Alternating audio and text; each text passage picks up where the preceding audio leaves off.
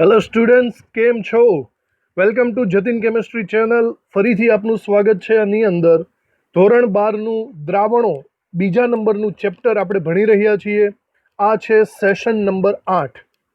આપણે આમાં વાત કરી રહ્યા છીએ દ્રાવ્યતા પર અસર કરતા પરિબળોની. હવે કંઈક નવા જ ટોપિક ઉપર આપણે વાતચીત કરશું. અત્યાર સુધી આપણે સાંદ્રતાને રિલેટેડ વાત કરી ચૂક્યા છીએ. તો ચલો ચાલુ કરીએ. બરાબર રીતે નોટબુક તમારે બનાવવાની છે. સૌથી પહેલા સમજો કે દ્રાવ્યતા કોને કહેવાય. દ્રાવ્યતા એકચ્યુઅલી એવો શબ્દ છે જે સાંદ્રતાને મળતો આવે છે. દ્રાવ્ય થવું એટલે કે ઓગળવું. બરાબર ધ્યાનથી સમજો આ શબ્દને. દાખલા તરીકે મારી પાસે એક ગ્લાસ છે અને તમે એક કામ કરો કે આ ગ્લાસની અંદર સમથિંગ પાણી ભરી લો અને હવે આપણે એક કામ કરીએ, આની અંદર NaCl ઓગાળવાની એટલે કે દ્રાવ્ય કરવાની ટ્રાય કરીએ. સૌથી પહેલાં એમ સમજો કે તમે 1 ચમચી NaCl નાખ્યું. કેટલી? 1 ચમચી મીઠું તમે નાખ્યું અને પછી દ્રાવણને હલાવો તો તે ઓગળી જશે. પછી તમે એક કામ કરો, સેકન્ડ ચમચી નાખો તો વધારે મીઠું અંદર પડ્યું, એ પણ ઓગળી જશે. ત્યારબાદ 3 ચમચી અંદર નાખો, એ પણ ઓગળી જશે. તો શું ઓગળ્યા જ રાખશે? તમે આખું પેકેટ મીઠાનું નાખી દેશો તો એક ગ્લાસમાં ઓગળી જ જશે બધું? નહીં. એક લિમિટ આવશે. એક લિમિટ, દાખલા તરીકે આપણે એવું સમજીએ કે 5 ચમચી જ્યારે મીઠું ઓગાળીએ ત્યારે ઓગળી રહીએ છે, જ્યારે 6ઠ્ઠી ચમચી નાખવામાં આવે ત્યારે તે ઓગળતી નથી. બરાબર? તો આ એક બાઉન્ડ્રી છે, આ એક લિમિટ છે. એનાથી વધારે એની અંદર ઓગળશે નહીં. તો બરાબર સાંભળો, અહીંયા જે 5 ચમચી મીઠું, એટલે દાખલા તરીકે એવું સમજો કે 50 ગ્રામ મીઠું અંદર ઓગળેલું છે, એ 50 ગ્રામ મીઠાને NaClની દ્રાવ્યતા કહે છે. એટલે કે કોઈ પણ દ્રાવકમાં મહત્તમ જથ્થો ઓગાળીએ, મેક્સિમમ કન્ટેન્ટ ઓગાળીએ, એને તેની દ્રાવ્યતા કહેવાય. અને આ જે દ્રાવણ વધે છે, આ દ્રાવણને સંતૃપ્ત દ્રાવણ તરીકે આપણે ઓળખીએ છીએ. આપણે સંતુલન ચેપ્ટરમાં આવી ગયું છે. સંતૃપ્ત એટલે કે ધરાઈ ગયેલું. ઓકે, તો આ તમને સમજાઈ ગયું હશે. આપણે આ વસ્તુને લખી નાખીએ તો એની વ્યાખ્યા કંઈક આવી રીતે આપણે લખી શકીએ. ચોક્કસ તાપમાન અને નિશ્ચિત જથ્થાના દ્રાવકમાં દ્રાવ્યનો મહત્તમ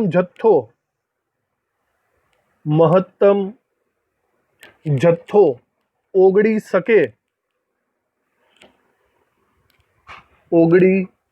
શકે તેને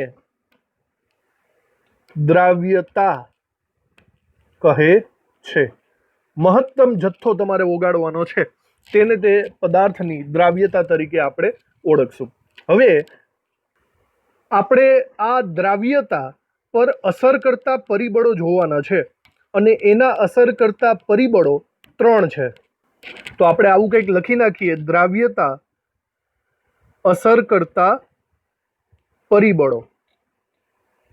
આ 3 પરિબળો આપણે આજે જોવાના છે, જેમાંનું પહેલું પરિબળ છે દ્રાવ્ય અને દ્રાવકનો સ્વભાવ. ત્યારબાદ બીજું આવશે તાપમાન એટલે કે ટેમ્પરેચર, અને બીજું આવશે પ્રેશર એટલે કે દબાણ. આ 3 પરિબળોને આમ તેમ કરીએ, જો થોડું વધઘટ કરીએ તો દ્રાવ્યતા ઉપર ઇફેક્ટ પડે છે. તો આપણે એને અસર કરતા પરિબળો કહીશું.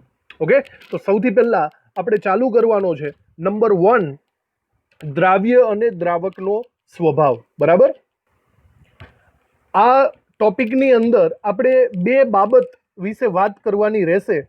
એક હશે ઘન પદાર્થની પ્રવાહીમાં દ્રાવ્યતા, ઘનની પ્રવાહીમાં દ્રાવ્યતા, અને બીજું છે વાયુની પ્રવાહીમાં દ્રાવ્યતા. ઓકે, આ બંને ટાઈપની દ્રાવ્યતાને આપણે અલગ અલગ લઈશું. તો સૌથી પહેલા આપણે ડિસ્કસ કરીએ ઘન દ્રાવ્યની પ્રવાહી દ્રાવકમાં દ્રાવ્યતા.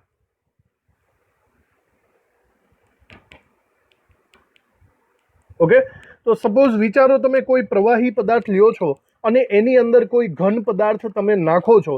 બરાબર? તો એની અંદર કયા નિયમોનું પાલન થાય? તો એની અંદર મેઇનલી ધ્રુવીય અને અધ્રુવીય સેન્ટેન્સનું આપણે લાગુ પાડી શકીએ. આ તમે સાંભળેલું જ હશે કે કોઈ પણ ધ્રુવીય પદાર્થ હોય તો એ હંમેશા ધ્રુવીય પદાર્થની અંદર જ ઓગળશે, અને કોઈ પણ અધ્રુવીય પદાર્થ હોય તો તે હંમેશા અધ્રુવીયની અંદર જ દ્રાવ્ય થાય છે. આ સેમ ટુ સેમ સિચ્યુએશન એ તેનો એક સ્વભાવ છે, એના કારણે તેની દ્રાવ્યતા પોસિબલ બને છે. બરાબર, આ તમે સાંભળેલું જ હશે. તો આપણે એની અંદર લખાણપૂર્વક લખી લઈએ. સૌથી પહેલા તો ધ્રુવીય દ્રાવ્ય હંમેશા ધ્રુવીય દ્રાવક માં ઓગળે છે. બરાબર, એ અધ્રુવીયમાં નહીં ઓગળે. બીજું એવી જ રીતે સેમ ટુ સેમ અધ્રુવીય દ્રાવ્ય હંમેશા અધ્રુવીય દ્રાવકમાં ઓગળે છે.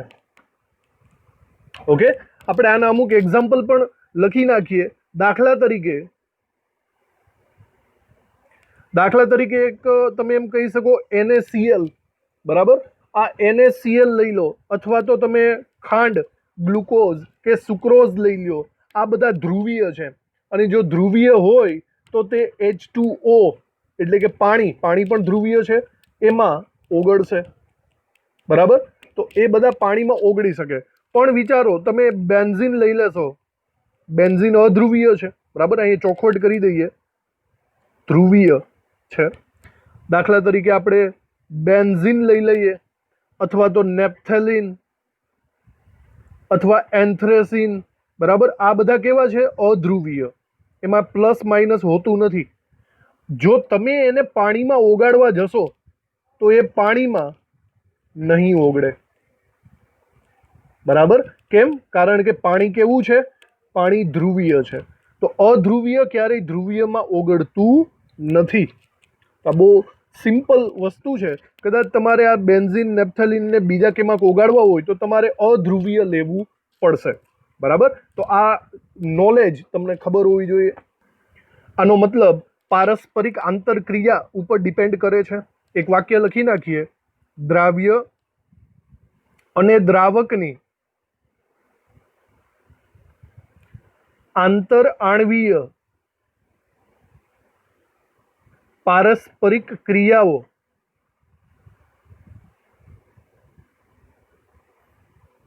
સમાન હોય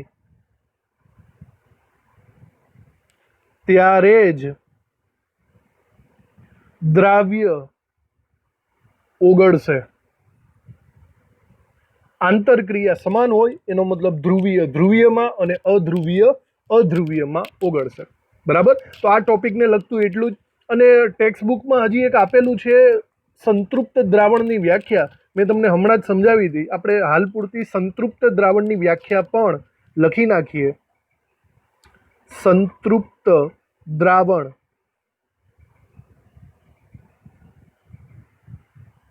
તો લખીએ, સંતૃપ્ત દ્રાવણ એટલે એવું દ્રાવણ કે જેમાં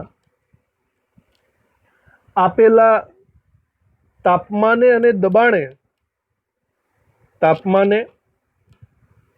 અને દબાણે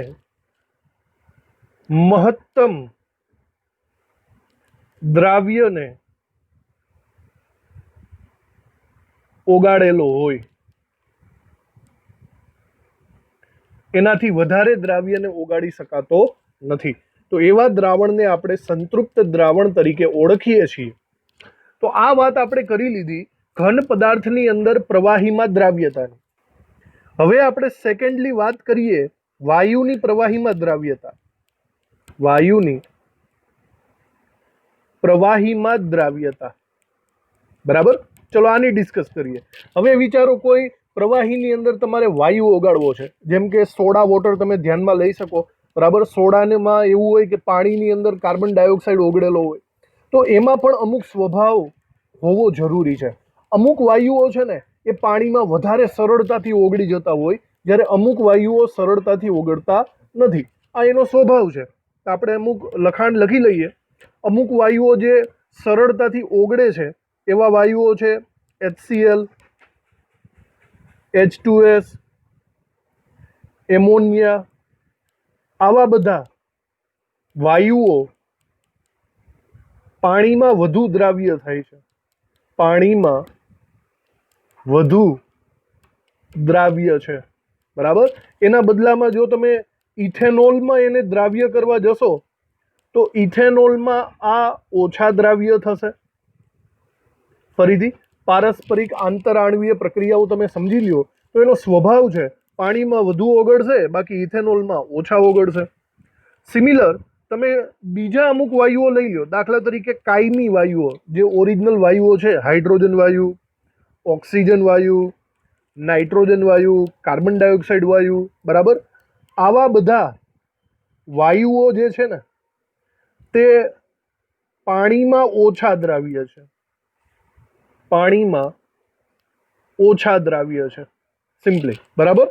એના બદલામાં જો તમે એને ઇથેનોલમાં દ્રાવ્ય કરશો તો ઇથેનોલમાં વધારે દ્રાવ્ય થઈ જશે.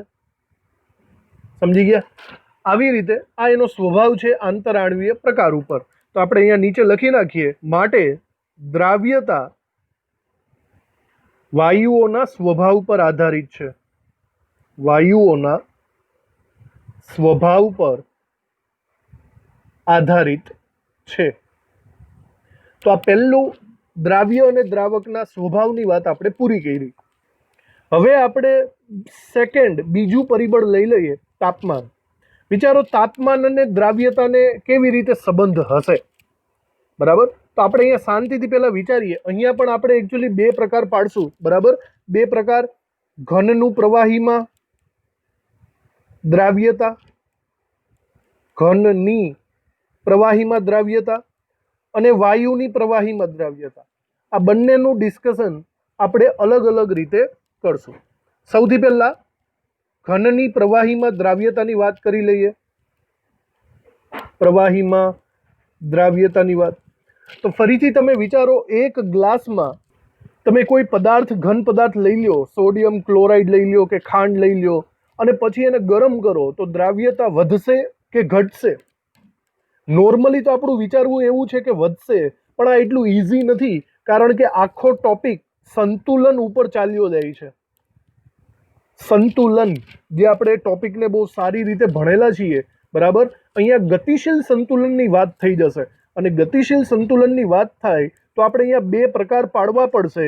એક ઉષ્મા શોષકને રિલેટેડ અને બીજો ઉષ્મા ક્ષેપકને રિલેટેડ. તમને આ બધું સંતુલન ચેપ્ટર બરાબર ભણ્યા હશો તો તમને યાદ આવી ગયું હશે કે હવે શું થવાનું છે. લખીએ આપણે બરાબર રીતે. સંતૃપ્ત દ્રાવણ ગતિશીલ સંતુલનમાં હોય છે, ગતિશીલ સંતુલનમાં હોય છે. અને જ્યાં ગતિશીલ સંતુલન હોય ત્યાં લ સેટેલિયરનો નિયમ, લ સેટેલિયર ના નિયમ લગાડવો પડે, ના નિયમ પ્રમાણે. ઓકે, આપણે છે ને એક અહીંયા સમીકરણ લખી શકીએ છીએ. દાખલા તરીકે દ્રાવ્ય પદાર્થ વત્તા દ્રાવક, અને આ બંને મિક્સ થાય તો બનશે દ્રાવણ. હવે આ પ્રક્રિયા બંને સાઈડ થશે. પુરોગામીમાં પણ પોસિબલ બને છે, પ્રતિગામીમાં પણ પોસિબલ બને છે. લ સેટેલિયર ઉપર ડિપેન્ડ રહેવું પડશે, બરાબર. ફોર એક્ઝામ્પલ, આપણે ફર્સ્ટ ક્રાઇટેરિયા અંદર લઈએ, ઉષ્મા શોષક પ્રક્રિયા. ઉષ્મા શોષક પ્રક્રિયા માટે, બરાબર. દાખલા તરીકે અમુક પ્રક્રિયા ઉષ્મા શોષક છે તો શું થાય? તમે જરા ધ્યાનથી વિચારો. જો ઉષ્મા શોષક પ્રક્રિયા હોય એનો મતલબ ઉષ્મા પ્રક્રિયકમાં આવી જાય, બરાબર. અને પછી તમે એક કામ કરો કે તમે તાપમાન વધારો. તાપમાનમાં જો ઇન્ક્રીઝ, વધારો કરવામાં આવે તો એક રીતના સમજી શકાય છે કે અહીંયા પ્રક્રિયકનો એરિયા વધી જશે. થાય કે નહીં? અને જો પ્રક્રિયકનો એરિયા વધી જાય તો આખી પ્રક્રિયા કઈ દિશામાં જશે? આખી પ્રક્રિયા પુરોગામી દિશામાં જશે. આ તમે સમજો જ છો. અને પુરોગામી દિશામાં જાય એનો મતલબ દ્રાવ્યતા વધશે, વધારે પડતો પદાર્થ ઓગળશે, એવું હું કહી શકું છું. બરાબર. તો આવી રીતે ઉષ્મા શોષક પ્રક્રિયામાં તાપમાનનો વધારો એ એક રીતે દ્રાવ્યતાને વધારે છે. અહીંયા અમુક એક્ઝામ્પલ પણ છે આપણી પાસે. દાખલા તરીકે NaCl, KCl, NaNO3, KNO3, આ બધા પદાર્થો ઉષ્મા શોષક પ્રક્રિયા દર્શાવે છે, જેમાં તાપમાન વધે તો દ્રાવ્યતા વધે. આના આપણે આલેખ પણ દોરશું. જ્યારે આપણે આના આલેખ દોરશું ને એટલે અહીંયા એના આલેખ કંઈક ઉપર તરફ જતા હોય એવું લાગશે, કારણ કે વધારો દર્શાવે છે. આ આલેખની ચર્ચા આપણે છેલ્લે કરશું. તો આ તમે એક્ઝામ્પલ યાદ રાખજો અને શોષક માટે વધે વધે એવી રીતે યાદ રાખવાનું રહેશે. હવે ઉષ્માક્ષેપકની વાત કરીએ. ઉષ્મા ક્ષેપક પ્રક્રિયા માટે, બરાબર. તો હવે વિચારો કે કોઈ પ્રક્રિયા ઉષ્માક્ષેપક છે. ઉષ્માક્ષેપક પ્રક્રિયા ધેટ મીન્સ ઉષ્મા ઉત્પન્ન થાય છે, નિપજમાં છે, અને આવી સિચ્યુએશનમાં તમે તાપમાન વધારો. જો તમે હવે તાપમાન વધારશો તો એક રીતના હું એમ કહી શકું, નિપજનો ક્રાઇટેરિયા, નિપજનો એરિયા વધી જશે. અને જો નિપજનો એરિયા વધે તો લ સેટેલિયર પ્રમાણે શું થાય, તો પ્રક્રિયા પ્રતિગામી દિશામાં જશે, પ્રતિગામી દિશામાં. સમજો બરાબર. એટલા માટે તાપમાનમાં વધારો થાય તો એનો મતલબ એવો થશે કે દ્રાવ્યતા ઘટશે, દ્રાવ્યતા ઘટશે. જે ઓગળેલો છે એ પણ બહાર નીકળી જશે. ઓકે, કારણ કે પ્રતિગામી દિશા થઈ ગઈ. આવા અમુક એક્ઝામ્પલ આપણી પાસે છે. દાખલા તરીકે cerium sulphate, cerium sulphate, lithium carbonate Li2CO3, sodium sulphate into 10H2O. તો આ બધા એવા છે જે ઉષ્માક્ષેપક છે. અને જો એના આલેખ હું દોરવા જાઉં તો એના આલેખ મને ડાઉનવર્ડ એટલે કે નીચે તરફ જતા હોય એવા દેખાશે. આપણે આવા આલેખ હમણાં બધા કમ્બાઈન કરીને દોરવાના જ છે. ઓકે, ચલો આપણે ઉષ્મા શોષક પ્રક્રિયા, ઉષ્માક્ષેપક પ્રક્રિયા આ બંનેને રિલેટેડ વાત કરી ગયા. આ ટેક્સ્ટ બુકમાં NCERTમાં આપેલું છે. હવે થોડુંક JEE રિલેટેડ પણ આની અંદર જ સમજી લઈએ. બરાબર, સાંભળજો. અમુક પદાર્થો એવા હોય ને, અમુક પદાર્થો માં તાપમાન, ટેમ્પરેચર વધારતા તેની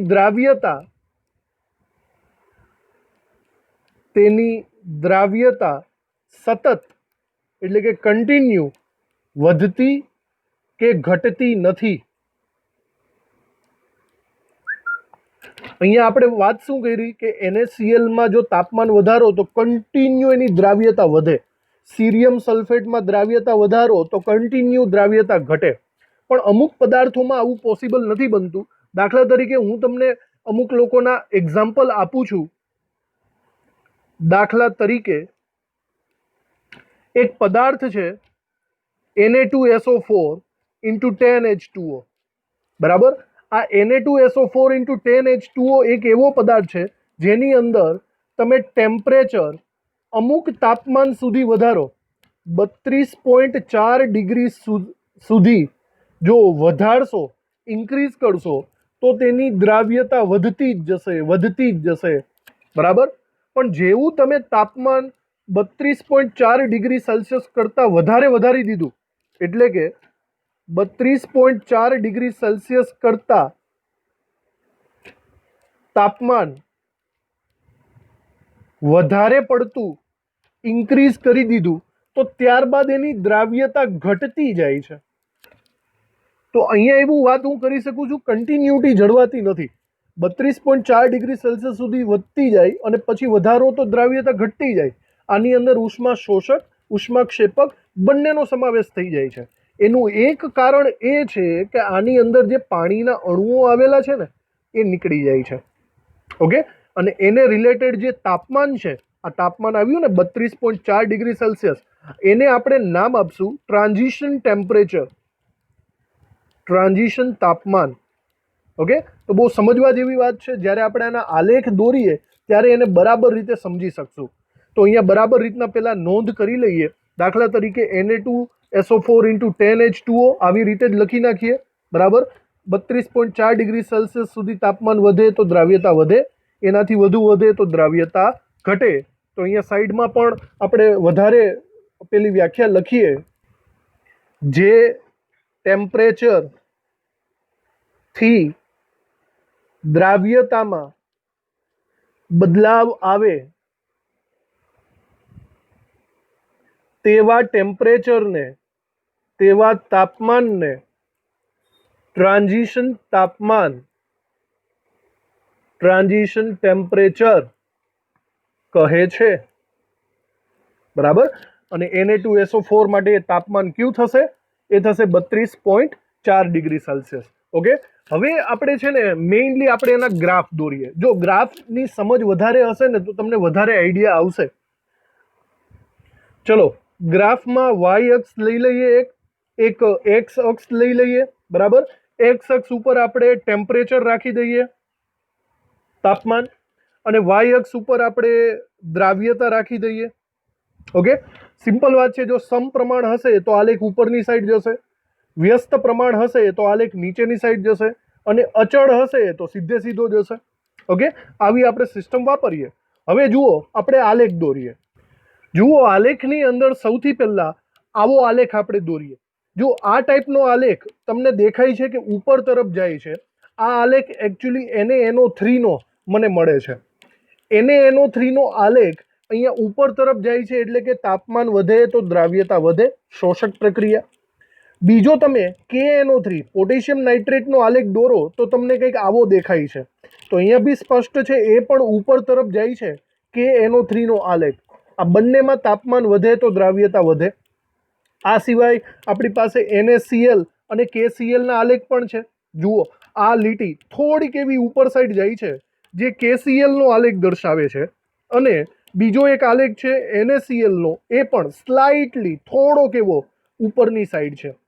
તો ઓવરઓલ જે આ 4 એક્ઝામ્પલ છે એ ઉપર તરફ જાય છે, એનો મતલબ એ ઉષ્મા શોષક પ્રક્રિયા દર્શાવે છે. બીજું યાદ કરો, આપણે એવું પણ કીધેલું કે ઉષ્માક્ષેપક પ્રક્રિયા. ઉષ્માક્ષેપક પ્રક્રિયાના આલેખ કંઈક આવા હોય, ડાઉનવર્ડ્સ, એટલે કે નીચે તરફ જતા ઘટે. બરાબર, આમ સાઈડમાં જતા ઘટશે. અને આ એક્ઝામ્પલ છે સીરિયમ સલ્ફેટનું, Ce2SO4 થ્રાઇસ. ઓકે, આલેખ બસ જસ્ટ જાણકારી માટે જ છે. તમે નામ યાદ રાખજો કે શેમાં વધે છે અને શેમાં ઘટે છે. ઓકે, તો આવો આલેખ તમે એક દોરી કાઢો. હવે આવો સેમ ટુ સેમ એક આલેખ આપણે પેલું ટ્રાન્ઝિશન તાપમાનનો પણ કરવો પડશે, જેમાં કન્ટિન્યુ વધઘટ નથી થતી. બરાબર, તો આટલા આલેખ દોરી લીધા. હવે તમે એક બીજો આલેખ દોરી કાઢો. તો ચલો એક બીજો આલેખ દોરીએ. વાય અક્ષ દોરી કાઢીએ અને એક્સ અક્ષ દોરી કાઢીએ. ફરીથી એક્સ અક્ષ ઉપર આપણે તાપમાન રાખશું, ટેમ્પરેચર, અને વાય અક્ષ ઉપર આપણે દ્રાવ્યતા રાખવાની રહે છે. ઓકે, આવી રીતે. અને હવે આપણે આલેખ દોરીએ Na2SO4 સોડિયમ સલ્ફેટ × 10H2O નો. જો તમે Na2SO4 × 10H2O નો આલેખ દોરો તો શરૂઆતના તાપમાનમાં તે વધતો જશે, એટલે કે ઉપર જશે. અમુક ચોક્કસ તાપમાનથી એ વળી પાછો ડાઉનવર્ડ નીચેની તરફ જશે, એટલે કે ઘટતો જશે. એનો આલેખ આવો મળે છે. બરાબર, અહીંયા જે આ જે વક્ર છે ને, આ વક્ર એ Na2SO4 × 10H2O નો છે. અને જ્યારે એમાંથી 10 પાણીના અણુઓ નીકળી જાય ને, ત્યારબાદ તે નીચે તરફ, એટલે કે દ્રાવ્યતા ઘટવા માંડે છે. એટલે કે આ સેકન્ડ આલેખ Na2SO4 નો છે. અને આ જે પર્ટિક્યુલર તાપમાન છે, યાદ છે ને, આ પર્ટિક્યુલર તાપમાન, એ તાપમાન હતું 32.40 ડિગ્રી સેલ્સિયસ. મતલબ એને રિલેટેડ આપણે અહીંયા આવી રીતે લખી શકીએ. આ તાપમાન 32.40 ડિગ્રી સેલ્સિયસ, અને જેને આપણે ટ્રાન્ઝિશન ટેમ્પરેચર તરીકે પણ ઓળખવાના છીએ. ઓકે, તો આ એક એનો આલેખ થયો. સિમિલર આવા બીજા પણ અન્ય પદાર્થો આપણી સામે છે ઘણા બધા.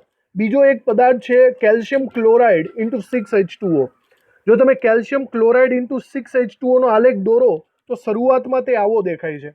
ત્યારબાદ એમાં થાય છે એવું કે એમાં 6 પાણીના અણુઓ પૈકી 2 પાણીના અણુઓ નીકળી જાય છે. 2 પાણીના અણુ નીકળી જાય એટલે ફરીથી કંઈક આવું આવી જાય છે, વક્ર થોડોક બદલાઈ જાય છે. ફરીથી 2 પાણીના અણુઓ નીકળે તો ફરીથી વક્ર બદલાઈ જાય છે. ઓવરઓલ આમાં આવી રીતે 3 કેટેગરી પડે છે, બરાબર. જેમાં જે ફર્સ્ટ છે તે CaCl2 × 6H2O નો છે, સેકન્ડ વક્ર CaCl2 × 4H2O નો, અને ત્રીજો વક્ર કેલ્શિયમ ક્લોરાઇડ × 2H2O નો. સમજાઈ ગયું? આવી રીતે આ વક્ર દર્શાવે છે કે તેમાં એક સરખી કન્ટિન્યુટી જોવા મળતી નથી. આવું એક ત્રીજો પદાર્થ પણ આપણી પાસે છે, અને એ છે એમોનિયમ નાઇટ્રેટ. એમોનિયમ નાઇટ્રેટનો આલેખ કંઈક આવી રીતે હું દોરી શકું છું. ખૂબ જ વધારે પડતી દ્રાવ્યતા વધી જશે અને ત્યાંથી ફરીથી સેકન્ડ પાર્ટ પડશે આવી રીતે, બરાબર. પહેલો પાર્ટ છે આ છે એમોનિયમ નાઇટ્રેટનો ભાગ. પહેલો પાર્ટ છે એના આલ્ફા ઘટકનો છે અને બીજો પાર્ટ છે એના બીટા ઘટકનો છે. તો આવા પદાર્થોની અંદર ટ્રાન્ઝિશન ટેમ્પરેચર આવે છે. હવે આપણે વાયુની દ્રાવ્યતા ઉપર ડિપેન્ડ કરીએ. આપણે વાયુની પ્રવાહીમાં દ્રાવ્યતા, અત્યાર સુધી ઘન પદાર્થની પ્રવાહીમાં દ્રાવ્યતાની વાત ચાલતી હતી, બરાબર. અને હવે વાયુની પ્રવાહીમાં દ્રાવ્યતા ટેમ્પરેચરની અસર જોઈએ. તો ભાઈ વાયુમાં તો એવું છે કે તમે કોઈ પણ વાયુ લઈ લો તો તેની દ્રાવ્યતા તાપમાન વધારતા હંમેશા ઘટવાની જ છે. વાયુની દ્રાવ્યતા, વાયુની પ્રવાહીમાં દ્રાવ્યતા તાપમાન વધતા, ટેમ્પરેચર વધતા હંમેશા ઘટશે, બરાબર. હંમેશા ઓગળેલો વાયુ બહાર નીકળી જશે. આને અમુક એક્ઝામ્પલ દ્વારા પણ આપણે દર્શાવી શકીએ. દાખલા તરીકે આના ગ્રાફ દોરીએ, વાય અક્ષ ઉપર અને એક્સ અક્ષ ઉપર. અહીંયા આપણે રાખીએ તાપમાન, વાય અક્ષ ઉપર આપણે રાખીએ દ્રાવ્યતા. તો કોઈ પણ વાયુ લઈ શકાય. દાખલા તરીકે ઓક્સિજન વાયુ લઈએ તો ઓક્સિજન વાયુનો આલેખ કંઈક આવો આવે છે નીચે તરફ, એટલે કે દ્રાવ્યતા ઘટે છે, બરાબર. અને નાઇટ્રોજન વાયુનો આલેખ એ પણ નીચે તરફ ઘટે છે. તો આ આલેખ દર્શાવે છે કે તાપમાન વધે તો દ્રાવ્યતા ઘટે. તો આપણે અહીંયા સેકન્ડ પરિબળ તાપમાનને રિલેટેડ વાત પૂરી કરી, જેમાં આલેખ મહત્વના હતા. એ સમજી શકો તો તમને MCQ સોલ્વ કરવામાં મદદરૂપ થશે. હવે આપણે જોઈએ દબાણની અસર. જો ભાઈ દબાણની અસરની વાત કરું તો પહેલી વાત તો એ કે દબાણ હંમેશા કોને લાગે? વાયુને લાગે. દબાણ ઘન પદાર્થ કે પ્રવાહી પદાર્થની અંદર લાગશે નહીં. આ તો આપણે સિમ્પલ સમજીએ જ છીએ કે ઘન અને પ્રવાહી પદાર્થો અસંકોચનીય હોય. તો એનો મતલબ એમ થયો કે જ્યારે ઘન પદાર્થને હું ઓગાળવાની વાત કરીશ ને ત્યારે આની કોઈ અસર આપણને જોવા નહીં મળે. પણ જ્યારે વાયુને પ્રવાહીમાં ઓગળવાની વાત કરીશ તો એની અસર મને દેખાશે, બરાબર. તો ચલો આ એક પેલા વસ્તુ લખી નાખીએ, પછી જોઈએ કે કેવી અસર થાય છે. પેલા મુદ્દામાં લખીએ ઘન પદાર્થ વિશે. ઘન દ્રાવ્યની પ્રવાહી દ્રાવકમાં દ્રાવ્યતા દબાણ P લખું છું, દબાણથી અસર પામતી નથી. અસર પામતી નથી કારણ કે ઘન અને પ્રવાહી અસંકોચનીય છે. અસંકોચનીય છે, તેના ઉપર દબાણની અસર નથી થતી. પણ બીજી રીતે જો હું વાયુની વાત કરું તો કોઈ પણ વાયુમાં જો પ્રવાહીની દ્રાવ્યતા માપીએ તો દબાણના વધારાથી તે વધવાની છે. વાયુ દ્રાવ્યની પ્રવાહીમાં દ્રાવ્યતા દબાણ વધારતા, પ્રેશર વધારતા વધશે. આ વસ્તુને આપણે એક પ્રયોગ દ્વારા સમજવાનો છે. એક પ્રયોગ આપણે જોઈ લઈએ. જો આપણે એક આવો કંઈક પ્રયોગ કરીએ, તમે આ આકૃતિ દોરજો, બહુ ડિસ્ક્રિપ્શન લખવાની જરૂર નથી, બસ સમજણ પૂરતું જ આપણે આ રાખવાનું છે. દાખલા તરીકે એક પાત્ર લીધું છે અને આ પાત્રની અંદર આ જે નીચેની સાઈડ છે ને, આ નીચેની સાઈડ, એવું સમજો કે આ પાણી છે, બરાબર, એટલે કે પ્રવાહી છે પાણી, અને આ ઉપરની સાઈડ આ હવા છે. હવે આ પાણી અને હવાને આપણે એક પિસ્ટન વડે લીધેલા છે. આ જે ઉપરની સાઈડ આવેલું છે આ એક પિસ્ટન છે. પિસ્ટન એટલે હવા ચુસ્ત રીતે એને પેક કરેલું છે, બરાબર. નોર્મલી સિચ્યુએશન આવી છે. હવે તમે સિમ્પલી સમજો કે જો તમે ઉપરની સાઈડ કોઈ 100-200 કિલોગ્રામનું વજન મૂકશો, W1 કિલોગ્રામનું વજન, તો એનો મતલબ એમ થશે કે આ વજનના કારણે પિસ્ટન ઉપર દબાણ લાગશે, પિસ્ટન નીચેની સાઈડ જશે, બરાબર. અને જો પિસ્ટન નીચેની સાઈડ જાય તો આ જે હવા છે એ હવા અંદર સમાવવા માંડશે, એટલે કે હવા પાણીની અંદર દ્રાવ્ય થવા માંડશે. અત્યારે સિચ્યુએશન એવી છે કે ઉપર આ એક જ W1 જેટલું વજન રાખેલું છે. હવે તમે વિચારો જરા કે આ W1 કરતાં વધારે વજન નાખીએ તો? જુઓ, દાખલા તરીકે મેં અહીંયા વજન વધારી દીધો, 100 ગ્રામની જગ્યાએ ટ્રિપલ કરી નાખ્યો, 300 ગ્રામ કરી નાખ્યો. એનો મતલબ નીચેની તરફ પ્રેશર એકદમ વધી જશે. જેવું પિસ્ટન નીચે દબાશે તો આ બધા વાયુઓ નીચેની તરફ ઓગળવા માંડશે, એટલે કે વધારે પડતો વાયુ પ્રવાહીની અંદર ઓગળશે. ઓવરઓલ વસ્તુ એવી થઈ કે જેટલું તમે દબાણ આપશો એટલું વાયુ વધારે પડતો અંદરને અંદર ઓગળતો જશે. તો આના ઉપરથી હું એમ કહી શકું કે જેમ દબાણ વધે તેમ તેની દ્રાવ્યતા, વાયુની દ્રાવ્યતા પણ વધવાની છે. એકદમ સિમ્પલ લોજિક છે જે આ પ્રયોગ દ્વારા આપણે સમજી શકીએ છીએ. તમે માત્ર આકૃતિઓ દોરજો, પ્રયોગનું ડિસ્ક્રિપ્શન લખવાની જરૂર નથી.